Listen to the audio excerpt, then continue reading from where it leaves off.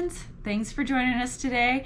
I'm gonna be talking about something that you see a lot in the homeschool world.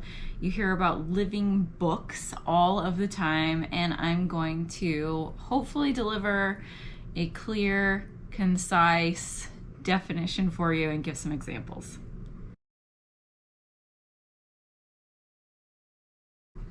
So a couple of years ago, not that long ago, a year and a half ago maybe, our family was very traditional about our homeschooling.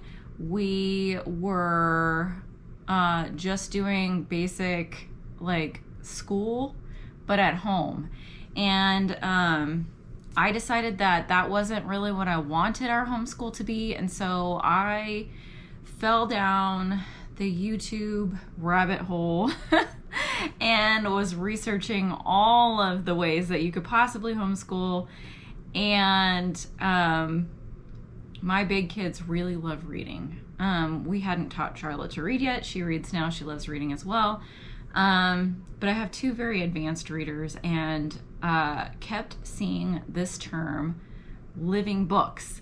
And I had a really hard time finding out what that meant and what living books were available to me, what things I was assuming I already had some. I love classics and all of those things. I read a ton of books myself, but I could not figure out for the life of me what a living book was. So I thought I would make a quick video about what a living book was. I have a stack of examples here that I pulled off of my bookshelves. I did not buy anything for this video, just what I had in my house already. And I think I had the majority of these before I even decided to turn my homeschool into something different that we now love.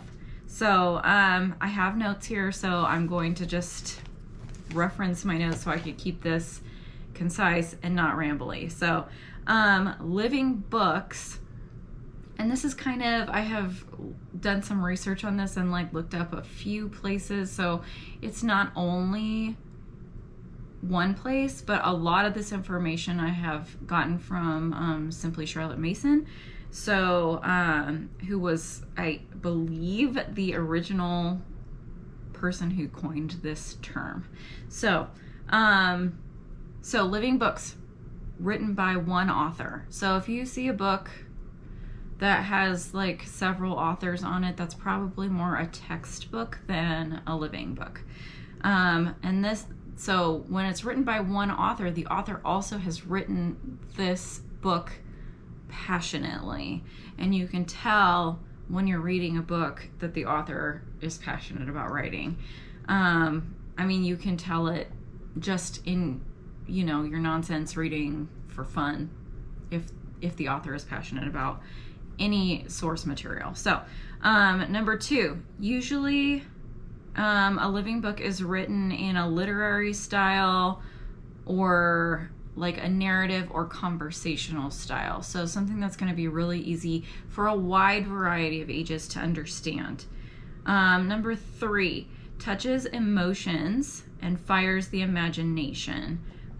Also helps to create a personal connection with the material. So when you're looking at a book, you're going to ask, am I personally connected to this material? Does it spark imagination? Is my child going to then think of other creative topics based on this one? Are you emotional? So like, for instance, Charlotte's Web is a living book, and I don't know a single person, I mean, sorry if you are not emotional when Charlotte dies, but I don't know a single person in real life who wasn't attached to Charlotte and then she died, and then you're devastated. So maybe you don't care about spiders and you're not emotionally attached to them, but I don't like spiders, but I still love Charlotte. So number four, well written and not dumbed down language. So Charlotte Mason believed that each child is a whole person the moment they're born. I do believe that as well. And so she did not believe in dumbing things down for our kids.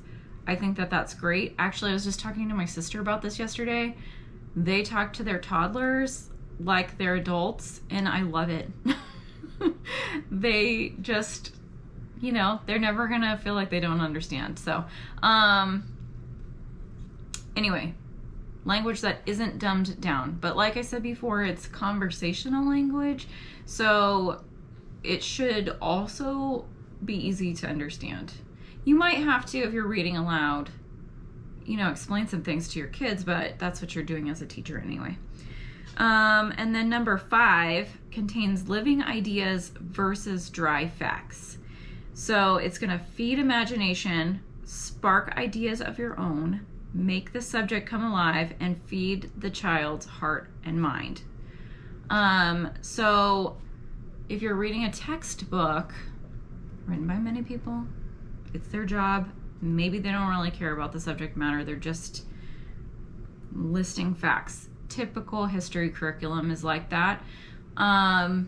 Sometimes science, definitely a lot of math curriculums.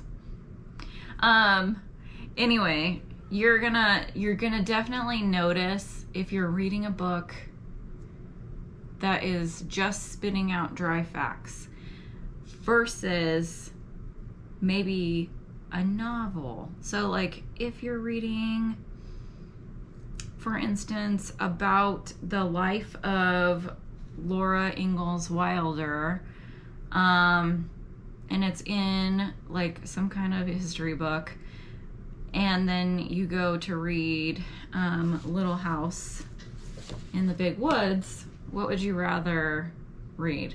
Probably this novel, right? You're going to connect to her on an emotional level. You're going to like actually care about what's happening to her, versus this is what happened to her, it's a fact, we're gonna move on.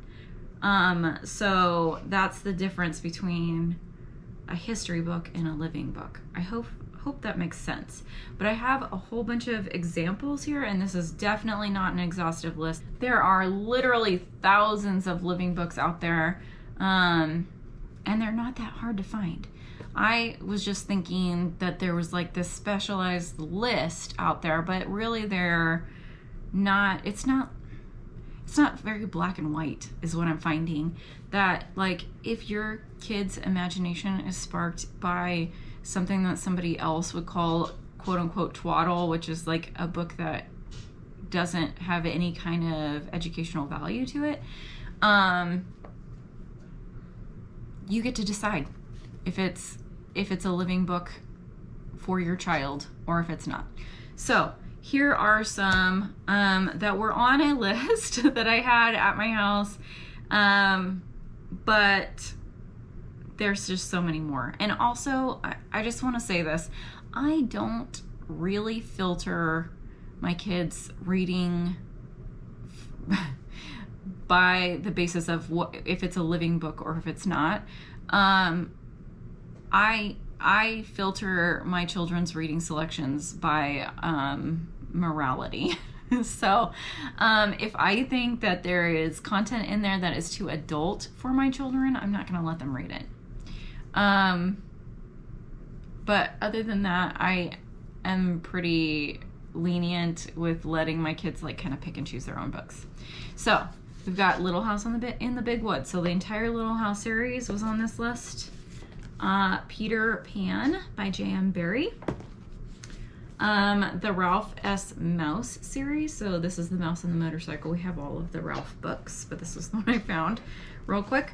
The Magic Tree House series is on this list. The Wizard of Oz.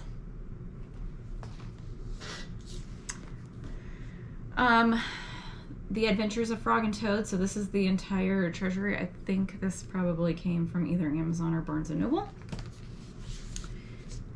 Winnie the Pooh. So all the Winnie the Pooh books. And then the last one I have right in front of me is The Green Ember. And I highly recommend this. This is actually one of, I think it might be the only one in the stack that is written by an author that is still alive. At the Great Homeschool Convention, it was a big joke to say we only read books that were written by dead authors. They weren't dead when they wrote the books. They are dead now, though. Okay, so I hope that clears up that particular term. Let me know if you liked this particular type of content. There are tons of homeschool terms out there that are not very clearly defined, and I can find out the information for you guys if you like that. If you don't care, then I'm not going to make the video because then nobody will watch it. But anyway, I really do hope that was helpful. It would have been helpful to me if I would have found a video like this one when I was trying to search that information out about 1.5 years ago. So as always, if you liked this video, we'd love it if you clicked the thumbs up button. If you're not a subscriber, I would invite you to subscribe to this channel for more homeschool and motherhood content. And I will see you guys next week. Thank you so much for watching.